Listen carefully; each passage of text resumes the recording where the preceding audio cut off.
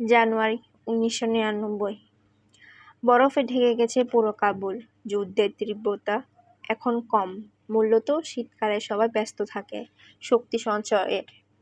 বসন্তকাল থেকে শুরু হয় পূর্ণ উদ্যমে যুদ্ধ। 1000 বছর ধরে এইটাই মধ্য এশিয়ার যুদ্ধের রীতি।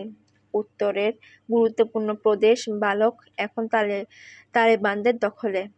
এর রাজধানী মাজারি শরীফ দখলের জন্য ভয়াবহ যুদ্ধ হয়েছে। দখল হয়েছে পার্শ্ববর্তী প্রদেশ কুন্দুজ। পূর্ব আফগানিস্তানের 70% এখন তালিবানদের পূর্ণ নিয়ন্ত্রণে। নর্দার্ন অ্যালায়েন্স বা উত্তরের জোট এখন তালেকান, পাঞ্জশির উপত্যকা আর বাদাখশান প্রদেশগুলোকে কেন্দ্র করে 30% অঞ্চলের মধ্যে কোণঠাসা হয়ে আছে। মাজারি শরীফ তারা বালক এখন প্রাচীন খোরাসানের একটি কেন্দ্রীয় নগরী। পুরো পারস্য, মধ্য এশিয়া আর আফগানিস্তান মিলে এই অঞ্চলকে বলা হয় খোরাসান। অতীতের মুসলিম শাসনামলে এই খোরাসানের প্রসিদ্ধ নগরী ছিল মাশহাদ, নিশাপুর, মার্ভ, নিশা, ইস্পাহান, বালাখ, হেরাত, বুখারা এবং সামারখন্দ।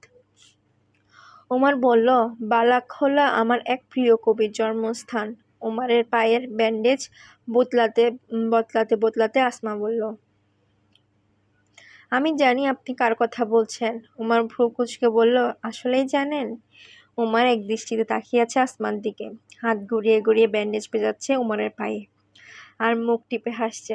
আসমার এই হাসি দেখলেই ওমরের মনে হয় শান্ত কাচের মতো স্থির। একটা দিঘির জলে ছোট্ট এক টুকরো পাথর ছুঁড়লে যেভাবে ছোট্ট ছোট্ট গোলাকার ঢেউ বড় হতে হতে পৌঁছে যায় পারে, তেমন করে আসমার মুখে টেপা হাসি ধীরে ধীরে ঠোঁট থেকে ছড়িয়ে পড়ে ও সারা মুখে, তারপর মুখ থেকে সারা গায়ে, তারপর সেখান থেকে সারা ঘরে। ওমরের তন্ময় ভেঙে দিয়ে আসমা বলে, তিনি হলেন জালালউদ্দিন রুমি। ওমর অবাক হয়ে জিজ্ঞেস করে, আশ্চর্য, এটা আপনি কিভাবে বুঝলেন? আমি খেয়াল করেছি আপনার সাথে আমার ভাবনার আশ্চর্য রকমের মিল আছে। কথাটা বলে আনমনা হয়ে যায় আসমা। তারপর হঠাৎ করে নিজেকে সামনে নিয়ে বলে, আপনি রুমির কোনো কবিতা জানেন? দেখে আপনার একটা পরীক্ষা নেই। ওমর হেসে বলে, তাহলে তো আমি ফেল, কারণ আমি বলবো রুমি থেকে, কিন্তু সেটা দাঁড়াবে অন্য কিছুতে। তার মানে হলো রুমি লিখেছে ফার্সিতে, সেটা অনুবাদ হয়েছে ইংরেজিতে, আমি পড়েছি আর বুঝেছি বাংলাতে, আর এখন সেই জিনিসটাকে বাংলা থেকে উর্দুতে অনুবাদ করে আপনাকে শোনাতে হবে। ইস, খুব ভালো হতো আপনি যদি ফার্সি ভাষা জানতেন। ফার্সি জানলে দারি আর পশতো আপনিও শিখে যেতেন। মোটামুটি তিনটি ভাষাই কাছাকাছি, যেমন হিন্দি আর উর্দু কাছাকাছি, যেমন আমেরিকান ইংলিশ আর ব্রিটিশ ইংলিশ কাছাকাছি। হ্যাঁ, আমি পশতু শিখতে চাই, আপনার মাতৃভাষায় আপনাকে বুঝতে চাই। দুষ্টুমি চেহারা নিয়ে আসমা জিজ্ঞেস করে, আমাকে বোঝার জন্য নাকি রুমিকে বোঝার জন্য? একটি কঠিন প্রশ্নের মুখোমুখি দাঁড় করিয়ে দিয়েছে আসমা। উত্তর জানার জন্য ওমরের মুখের দিকে তাকিয়ে আছে। ওমর এদিক ওদিক তাকিয়ে শব্দ খুঁজছে উত্তর দেওয়ার জন্য। সেটা বুঝে ওমরকে যেন উদ্ধার করার জন্য আসমা বলল, আচ্ছা, রুমির কবিতা শুনি, তারপর উত্তর দিলে হবে। ওমর যেন হাঁফ ছেড়ে বাঁচল। তার প্রিয় রুমির কবিতাটাই প্রথমে বাংলায় শোনালো, তারপর উর্দুতে যতটা সম্ভব অনুবাদ করলো। 10 দিকে কোথাও খুঁজে পেলাম না খো, শুনেছিলাম মক্কায় তুমি থাকো। কড়া নেড়েছিলাম কাবা ঘরে, খুঁজে খুঁজে হয়রান আমি পৃথিবীর প্রান্তরে। অথচ আশ্চর্য, তুমি বসে আছো এই বুকে, দিচ্ছ জানান দুঃখপুকে। বুঝতে একটু সময় নিলেও কবিতার ভাব বুঝে আসমা ধরে ফেলল রুমির মূল কবিতাটি। আসমার মূল ফার্সিতে গড়গড় করে বলে গেল। আসমার মুখে ফার্সি যেন সত্যি সত্যি একটি জীবন্ত ভাষা হয়ে উঠল। তাই ওমর বলল, না, পশতো না, আমাকে ফার্সি শিখতে হবে। ঘরের কোণে পাথরের ফায়ার প্লেসে কাঠ ভরে দিতে দিতে আবার আগের প্রশ্নে ফিরে এলো আসমা। আবারও সে মুখে টেপা হাসি। কার জন্য? ওমর সরাসরি আসমার চোখ রেখে বলল, ভালোবাসার জন্য। আগুনে নতুন কাঠ পটপট শব্দ পড়ছে।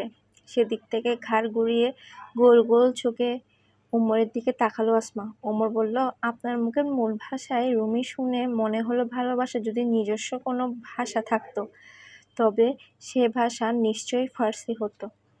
আপনি যেন বুঝতে ভুল করবেন না, কিন্তু রুমি কিন্তু মানবিক প্রেমের কথা বলেনি। তিনি স্রষ্টাকে ভালোবেসে তার সৃষ্টি জগৎকে ভালোবেসেছেন। যারা রুমিকে ভুল বুঝে তারা স্রষ্টাকে ফেলে তার মাখলুকের প্রেমে বিভোর হয়। রুমি বলেন, স্রষ্টার কাছে পৌঁছানোর হাজারো পথ আছে, তার মাঝে আমি প্রেমকে বেছে নিলাম। ওমর বলল, রুমি বললেন, আমি প্রেমে পড়ার পূর্বেই প্রেমের গল্প বলেছি, কিন্তু আমি যখন প্রেমে পড়লাম তখন বাকরুদ্ধ হয়ে গেলাম। এবার আসমা বলল, রুমি বললেন, আল্লাহর প্রেমে তোমার আত্মাকে উৎসর্গ করো, কসম করে বলছি এছাড়া আর কোনো পথ নেই।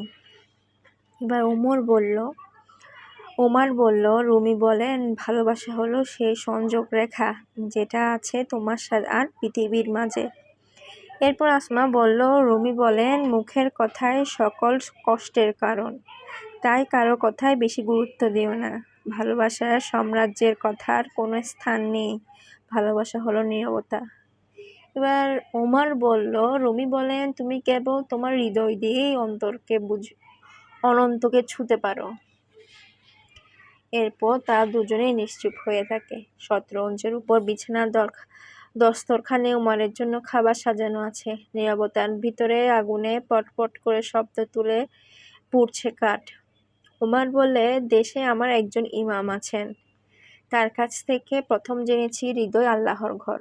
সে ঘরে অসীম আল্লাহকে না রেখে মানুষ সেখানে রাখে বস্তু। এখন আমি জানি পার্থিব প্রেম হলো বিচ্ছেদের, এখানে মিলন নেই। মিলনের জায়গা হলো জান্নাত। অনন্ত জীবন ছাড়া অনন্ত প্রেম পূর্ণ হয় না। এটা সেই প্রেম যা আমাকে টেনে এনেছে আফগানিস্তানে। রাতে আর ভালো ঘুম হয় না আসমার। আসমা বুঝে গেছে এই যুবক অন্য সবার মতন না।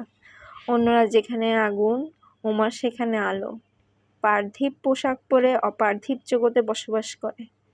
অন্যরা রুমি পরে, কিন্তু সে রুমিকে ধারণ করে। মনে মনে আল্লাহকে কৃতজ্ঞতা জানাই। আল্লাহ এমন এক মেহমানকে তাদের ঘরে পাঠিয়েছেন যে নার্সিং আর খেদমত সে করে, সেটা সে যে কোনো মানুষের জন্যই করত, কিন্তু ওমরের জন্য সে যা করে তবুও তার মনে হয় কিছুই করা হয় না।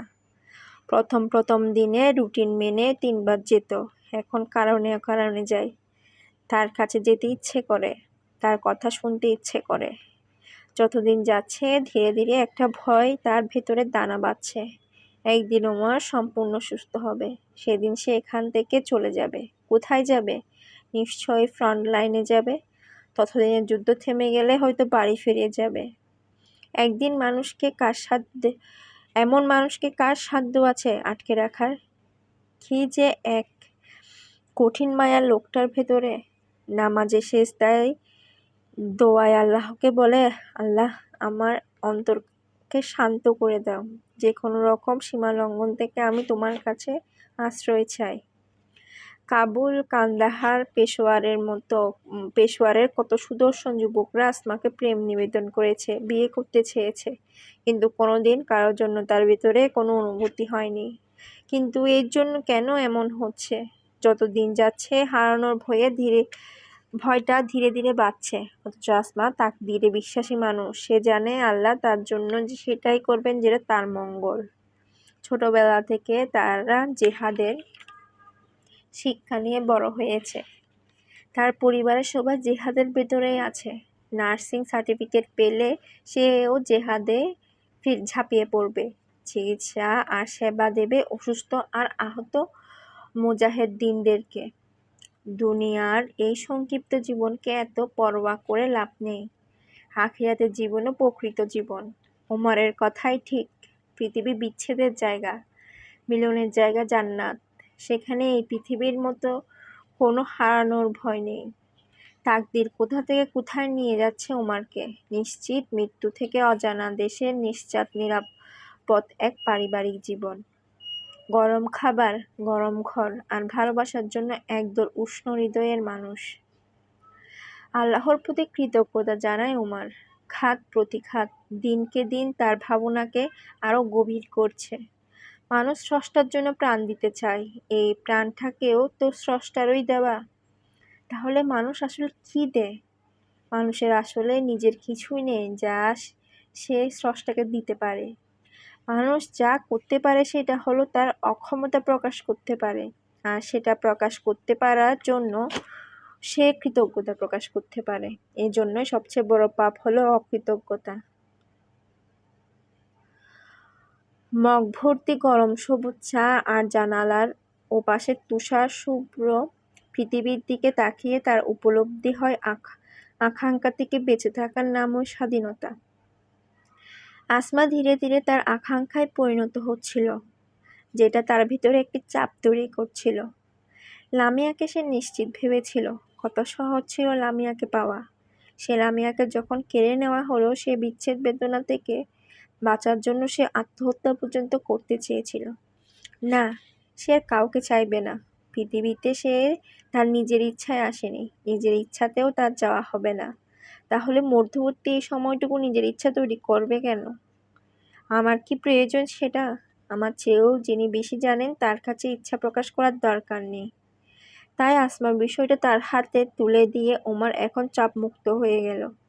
জানালার কাচের ভিতর দিয়ে শুভ্র পৃথিবীর দিকে তাকিয়ে মহান সৃষ্টিকর্তাকে বলল, আমি রাজ্য চাই না, হে মহাপরাক্রমশালী সম্রাট, আমি তোমাকে চাই। বসন্ত শুরুর সাথে সাথে পাঞ্জশীর উপত্যকার সবুজ ঘাসে ফোটা শুরু হয়েছে ছোপ ছোপ রক্তের ফুল। পাঞ্জশীর প্রবল যুদ্ধে কাঁপছে হিন্দুকুশের পাদদেশ। পাঞ্জশীর মানে ৫ সিংহের উপত্যকা। এখানকার ষষ্ঠ সিংহের নাম আহমেদ শাহ মাসুদ, যাকে বলা হয় দ্য লায়ন অব পাঞ্জশীর। সোভিয়েত বাহিনী তাদের সর্বশক্তি দিয়েও পাঞ্জশীর উপত্যকা কখনো ঢুকতে পারেনি। সে মহান দুর্ধর্ষ যোদ্ধা এখন আটকা পড়া আহত সিংহের মতো পাঞ্জশীর রক্ষায় লড়ছে তাদের বিরুদ্ধে, যাদের সাথে একসময় কাঁধে কাঁধ মিলিয়ে দখলদার সোভিয়েতের বিরুদ্ধে লড়েছিল উত্তরের আরেক সেনাপতি আব্দুর রশিদ দোস্তাম আর মাসুদের যৌথ কমান্ডে থাকার তালে খান। পাঞ্জশীর উপত্যকা আর বাদাখশান, এই কয়টি অঞ্চলকে কেন্দ্র করে গড়ে তুলেছে শেষ প্রতিরোধ। আর মাত্র এই অংশটুকু দখল করতে পারলেই তালেবানদের কাজটা শেষ হয়ে যায়। তখন পুরো আফগানিস্তান জুড়ে তাদের ইসলামী হুকুমত কায়েম হয়ে যাবে। দুই পক্ষই লড়ছে মরিয়া হয়ে। ওমর এখন 2 হাতের কাটের স্ক্র্যাচ ছাড়াই হাঁটতে পারে। তবুও হাঁটার সুবিধার জন্য এক হাতের লাঠি হিসেবে একটা এলবো স্ক্র্যাচ ব্যবহার করে। পায়ের হাড় কিছুটা কেটে ফেলার জন্য তাকে কুড়িয়ে কুড়িয়ে হাঁটতে হয়। গায়ে অসংখ্য দাগ রেখে ক্ষতগুলো শুকিয়ে গেছে।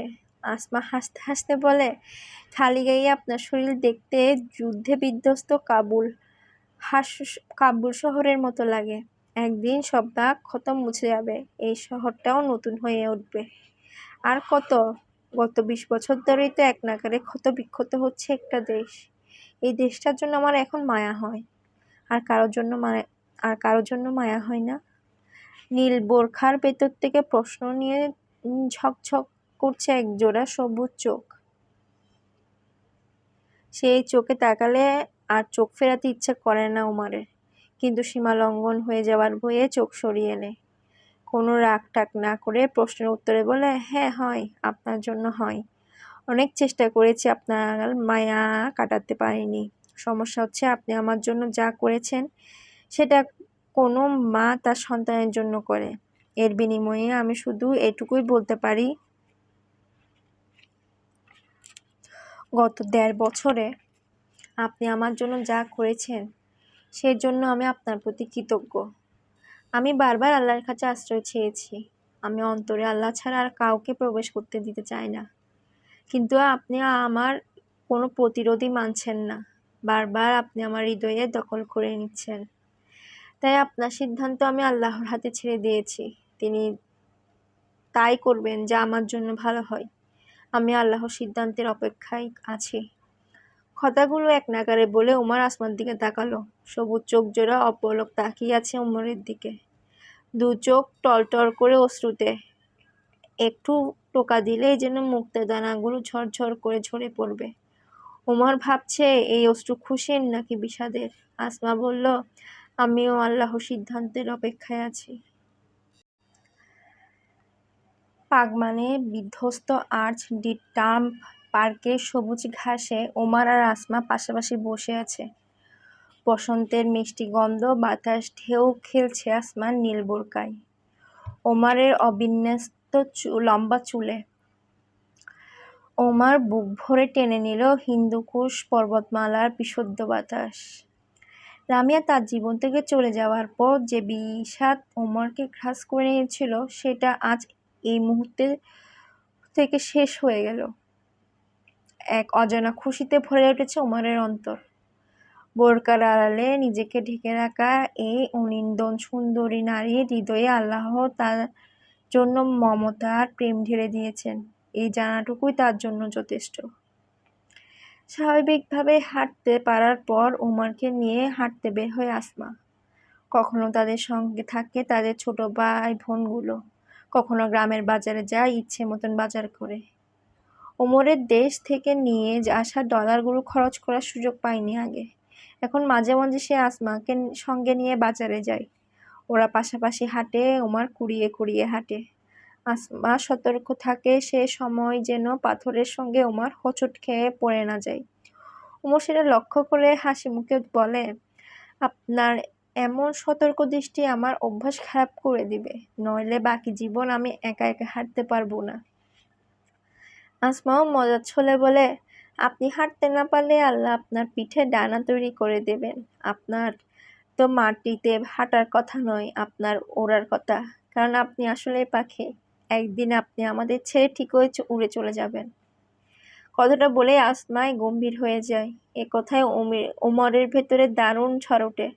আবার হঠাৎ খুশি হয়ে ওটা গলায় আসমা বলে, উড়ে উড়ে আপনি আর কত দূর যাবেন? আপনি ওমর যদি পাখি হতে পারেন তবে আমি আসমান হয়ে যাব। কোথায় যাবে, কত দূরে যাবে পাখি আসমান ছেড়ে? আমি সে পাখির জন্য আসমান হয়ে থাকব।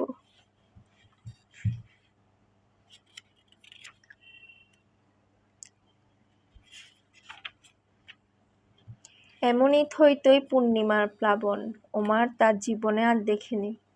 রুশোর সাথে বুড়িগঙ্গায় দেখেছিল অন্ধকারের তারাভরা রাত, কিন্তু এমন শ্বাসরুদ্ধকর পূর্ণিমা এই প্রথম। পাগমানের পাহাড়ি ঢালের পূর্ব মুখ থেকে যেন খুলে গেছে জান্নাতের দরজা। হিন্দুকুশের মাথার উপরে শুভ্র বরফের আয়নায় উপর হয়ে নিজের চেহারা দেখছে রূপবতী চাঁদ। নৈশব্দ বাড়িয়ে দিচ্ছে ওছেনা রাত চড়া পাখি, আর দূরে কোথাও কেঁদে ওঠা পাহাড়ি নেকড়ে। উপত্যকার ফিরে গাছের উপর যে বাতাস আছড়ে পড়ছে, সে বাতাস প্রাগৈতিহাসিক। এ বাতাস ধারণ করে আছে কত শত গ্রিক, পার্সি, আরব, মঙ্গল, তুর্ক আর তাতার যুদ্ধের তেজি ঘোড়ার গরম নিঃশ্বাস আর নিপীড়িত মানুষের দীর্ঘশ্বাস।